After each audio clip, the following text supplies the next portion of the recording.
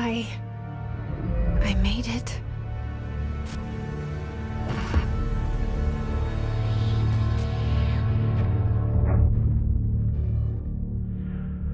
The hole in your room is a hole in you.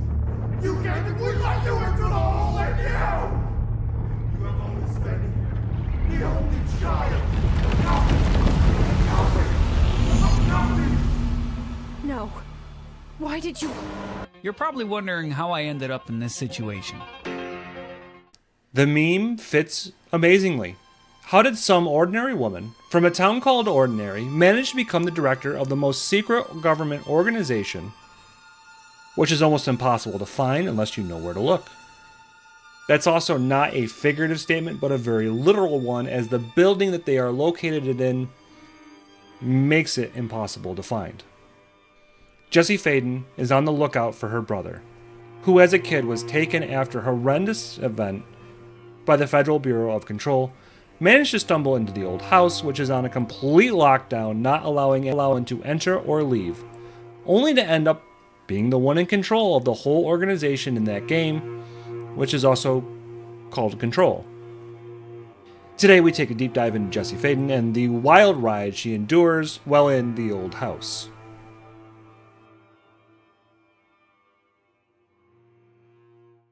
Jessie's early life can be spotty at best, and the best source of information that we have is from documents about the Ordinary AWE event. Ordinary, Maine was the home of Jessie and Dylan Faden before the slide projector managed to change everything for them. August 30th, 2002, they discovered the object of power while playing in a landfill. Something that reminds me a lot of the Losers Club from Stephen King's It. Why are you guys anyway? We're sort of a club.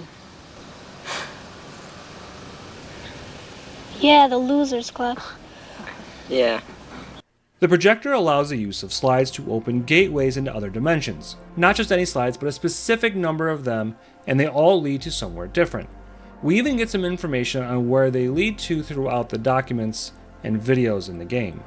The text file called Ordinary AWE Stage 1A-Dump gives us a bit of information about the first slide from both Jessie and Dylan's point of view, saying that they were able to enter and play there. There is a lot that can be discussed when it comes to the slide projector, and this whole event probably deserves its own video. The long and the short of it is that every adult in the town disappears overnight.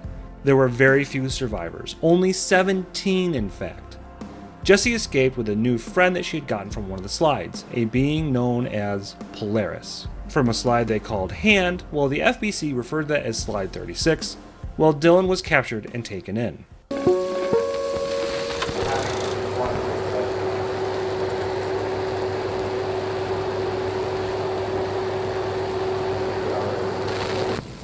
The projected image from each slide is a physical portal into another dimension. Only one slide remains. Dylan's sister burned the rest in Ordinary before we could intercept. The text on it, color slide film, this side towards screen, and the number 36. The topography of Slidescape 36 bears deep wave marks. On the slide and in the distance, there's a formation of 5 pillars like crude, outstretched fingers. There were casualties on our first expedition. Communication is an issue. There is no sound there, as if you've gone deaf. And radios don't work. Correction, resonance from an unknown source in part within the range of audible frequency. It acts in unpredictable ways, causing feedback loops that can tear you apart. Trench insists he heard something else. It made his ears bleed. Our equipment found no evidence of anything beyond the primary resonance. Trench's medical tests show nothing amiss.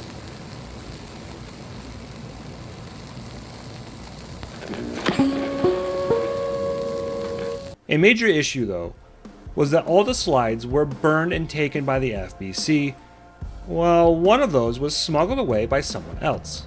The man who ran the whole FBC, Director Trench, but that's a different can of worms at the moment.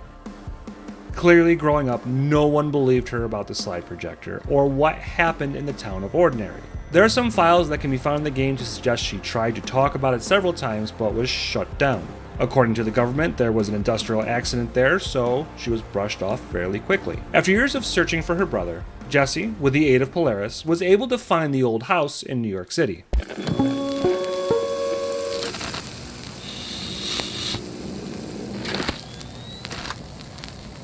August 4th, 1964.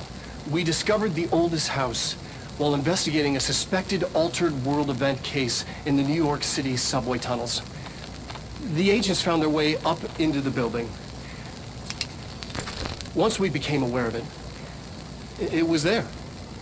For the rest of the population, it was hiding in plain sight, a slippery blind spot, seemingly discouraging observation. It's a place of power, an ongoing AWE of its own, seemingly adhering to its physical outer constraints and yet constantly breaking the known boundaries of reality. It's unstable, shifting. Note, for more details on control points and the research and process to stabilize and secure the core sectors, refer to a separate presentation. After extensive research and investigation, the Bureau made the building its headquarters on November 13th, 1968. The Federal Bureau of Control was never out in the open. This was always an obfuscated, classified top-secret operation. So imagine our surprise when the building's observation-resistant aspects began in some unquantifiable way to affect the Bureau as a whole.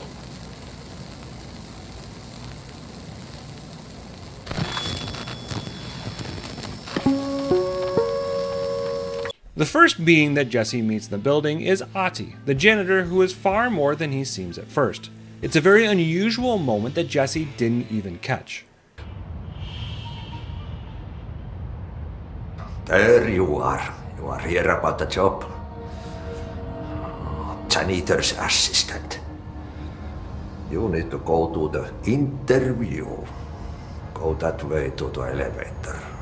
Thanks. Elevator that way. Got it. Very good. I'm Ahti, the janitor, by the way. You'll work for me. You can say I sent you. If they don't hire you, then you are no helvet. There be work for the axe. Take them behind the sauna, jumalauta. I've done enough night shift loner jobs to know it makes us come off weird.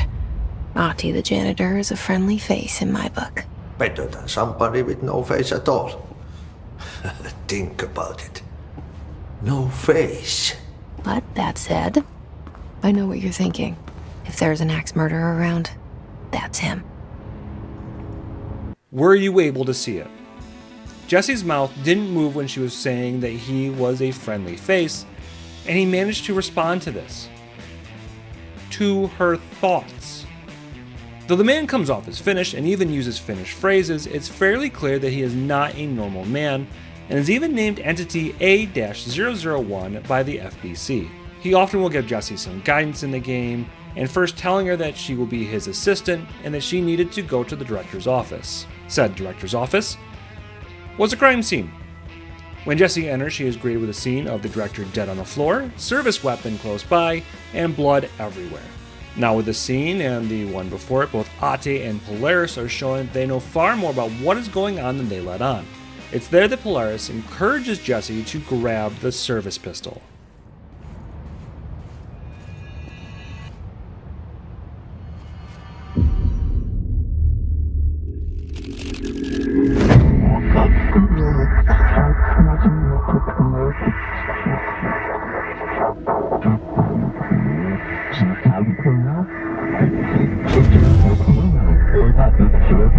And there goes the poster. That weapon, the service weapon, is of major significance to the gameplay and the story. It's the weapon that Jesse wields, managing to change its form and function as you unlock them. It's bonded to Jesse, and that has some bigger significance as well. Whoever bonds to the weapon is the director of the FBC, and therefore is under direct communication and orders from the board.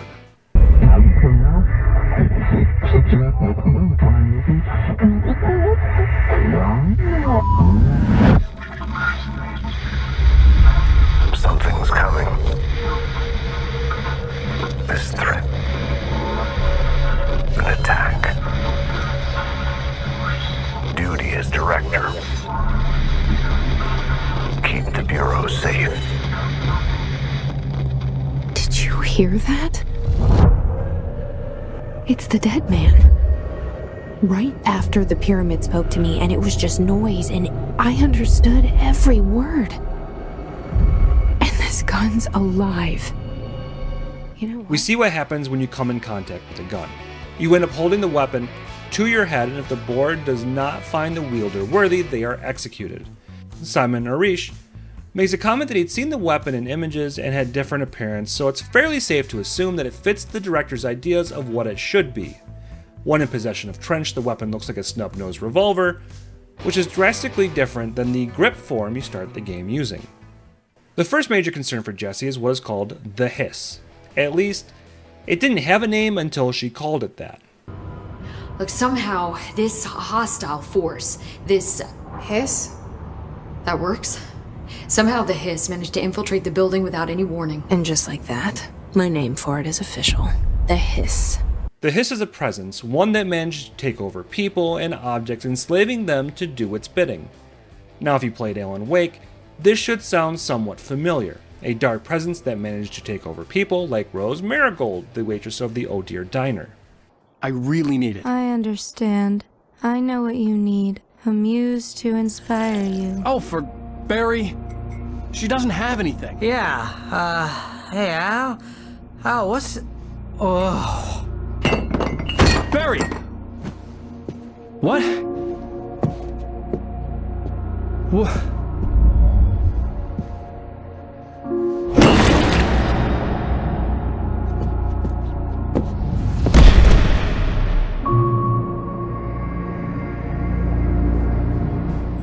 A few things about the Hiss becomes clear.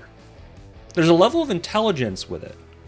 Controlled beings are able to use guns and attempt to flank Jessie when in a fight with multiples, and we also learn they are unable to be cleansed of the Hiss, though objects seem to be cleansed just fine. The first time we clear an area of the Hiss, we meet the first of several key personnel, and the person who asked if we were able to cleanse a person of the Hiss, and their name is Emily Pope. But there's something I need to ask you to do first. If you can cleanse a control point, then you can maybe cure those infected or possessed by the Hiss. Because if that's possible, our options are very different. Pope is actually the first person to meet Jessie, since I don't really count Ati because we aren't exactly sure what he is, and she's a research assistant to Dr. Darling. There's a mutual exchange of information, though reluctantly by Jessie at first, but eventually opens up. It's because of Emily that we get direction on where we should be going at several key points in the game, including finding the hotline,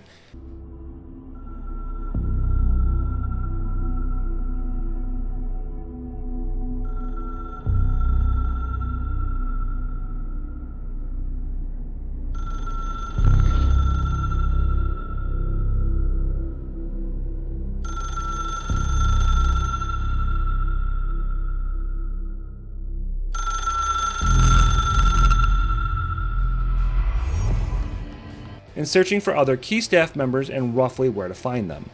We meet up with Helen Marshall, who is the head of operations, Simon Arish, the security chief of one of the sectors of the old house, and Frederick Langston, who is the Panopticon supervisor, amongst others. They all have several things that need to be done in order to keep things from getting worse for the FBC, and the only way Jessie is able to win these people over and get information about her brother is to deal with every issue that is thrown her way. Every time she meets someone, the scope of what is going on with the FBC widens, and with that she is forced to understand the way of being the new director and what that seems to mean. The best example is when Ati gave Jessie the objective to deal with the power plant. Mä kyllä sanon perkele suoraan, that this house has a vermin problem. A bad one. They've already messed up the cooling pumps. And the power generators of a power plant, perkele. And the pensioner inside is starting to feel the band around his head tighten. The situation needs to be fixed before the plant blows up. And we all disappear like a fart in Sahara. Well, the location gives power to the entire building, and it also has the power to self-destruct, killing everyone inside. Inside said power plant, there is the NSC, which we learn is the Northmore sarcophagus container. One of the previous director's retirement was to be put in the NSC, and his heat-generating abilities were contained and used as a human battery, though it's indicated he's most likely alive still to this day. There is no way that information doesn't weigh on Jessie and drive home the importance of her new position in the organization, but the survival of everyone around her. Her own mission never takes a back seat all the way, but it's clear that overall it's hand in hand with what needs to be done in her new role. By the end of the main game, Jessie has been dealt many blows. Her brother is alive, but clearly no longer himself. You are a worm through time. The thunders hum distorts you. Happiness comes, white pearls, but yellow and red in the eye. Through a mirror inverted is made right. Leave your insides by the door. Push the fingers through the surface into the wet. You've always been in there. You want this to be true.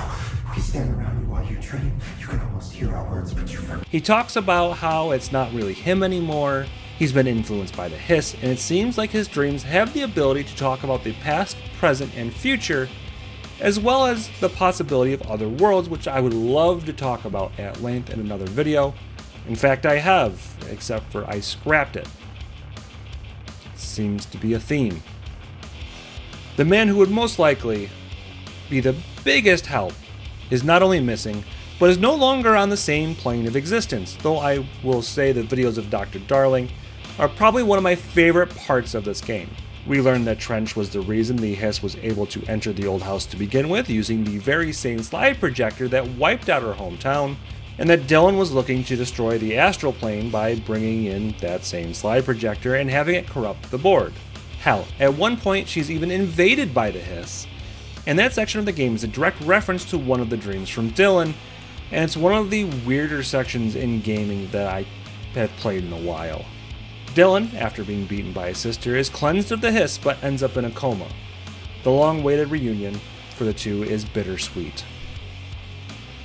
For the time being, the world is saved as the Hiss was stopped, and the agents that are corrupted are still contained inside of the old house. There were 2 DLCs that I would also love to discuss, but I feel like I need to do a deep dive into Alan Wake before I touch those because the crossover is very important to the DLC and the Dream video. I really need to start making all of these. Jessie Faden, an ordinary woman from the town of Ordinary, not only saves her brother from being taken over by a cosmic horror, but saves a board that we may or may not be able to trust, and the whole world. By the end of the main game, it seems like several of her peers now fully trust her and have faith in her as a new FBC director, and she even promotes Emily Pope to the head of research in lieu of Dr. Darling, since he's still missing. I think what makes me like Jessie Faden as a main character, besides her connection to Polaris, she really is just an ordinary woman doing extraordinary things. That's what makes superheroes amazing, and it creates real-life legends. Thank you for watching. I am Adam, the Horror Historian. If you enjoyed the video, please like and subscribe. We do a lot of deep dives into games and characters here. We do live streams when we can, and we've also been working on the Worst of the Worst, which is a game series I'm doing where I'm trying to figure out which game I own is actually the worst. Season 1 is actually coming to an end. We'll be pitting the 2008 PS2 version of Alone in the Dark against a movie tie-in, which should come out next. I hope to see you then.